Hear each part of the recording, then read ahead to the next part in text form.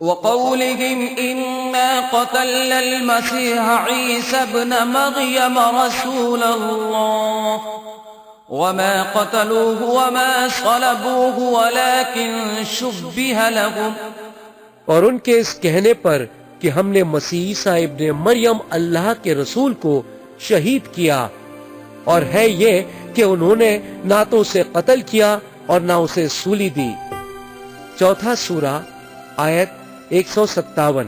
قرآن شریف کو ہر حال میں سچا ثابت کرنے کی خاطر ابن قاسم نے یہ ضروری سمجھا کہ بائبل کو غلط ثابت کیا جائے، کیونکہ بائبل فرماتی ہے کہ حضرت عیسیٰ صلیب پر مرے تھے، لیکن اوپر دی گئی قرآن شریف کی یہ آیت یہ کہتی ہے کہ آپ کو نہ تو قتل کیا گیا اور نہ تو سولی دی گئی، مگر حضرت محمد نے اپنی امت سے فرمایا ہے کہ انجیل شریف کا احترام کرنا لازم ہے۔ تو اس بات سے ابن قاسم نے یہ نتیجہ نکالا کہ شاید آج کی انجیل شریف عیسائیوں کے ہاتھوں بدلی جا چکی ہے۔ ان کا یہ دعویٰ پختہ تواریخی ثبوتوں پر قائم نہیں ہے، بس یہ ان کی اپنی سمجھ اور خواہش تھی کہ اس طرح قرآن کو محفوظ رکھا جائے۔ ایک بار اس طریقہ کار کو اپنا لینے کے بعد کوئی بھی حوالہ ان کے اس الزام کو واپس لینے سے روک نہیں پایا۔ اصل میں اپنی مخالفت کرنے والوں پر وار کرنے کا یہ سب سے آسان طریقہ تھا۔ انہوں نے سوچا جب ہم ان کی مذہبی کتابوں کو جھوٹا ثابت کر دیتے ہیں تب وہ ان کتابوں کے حوالے کا سہارا نہیں لے پائیں گے، اور انہوں نے یہ منہ پھٹ بیان دیا۔ عیسائیوں نے آسمان سے اتری انجیل شریف کو کھو دیا، بس اس میں کچھ آیات ہی بچ پائی ہیں جنہیں خدا نے ان کے خلاف ایک گواہی کے طور پر رکھ چھوڑا ہے، اور ان کے بعد لکھنے والوں نے اسی خیال کو بڑھا چڑھا کر بحث کرنے کی ایک وجہ بنا دیا۔ بائبل مقدس پر لگی اس جھوٹی تہمت کو وثوق سے پیش کیا ہے جناب صالح ابن الحسین وفات 1200 عیسوی، احمد ادکرافی وفات 1285 عیسوی، سعید ابن خسام وفات 1320 عیسوی، محمد ابن طالب وفات 1327 عیسوی، ابن تیمیزہ وفات 1328 عیسوی، اور ان کے علاوہ کئی اور بھی تھے، اور تب سے لے کر آج تک مسلمان معالموں کے لیے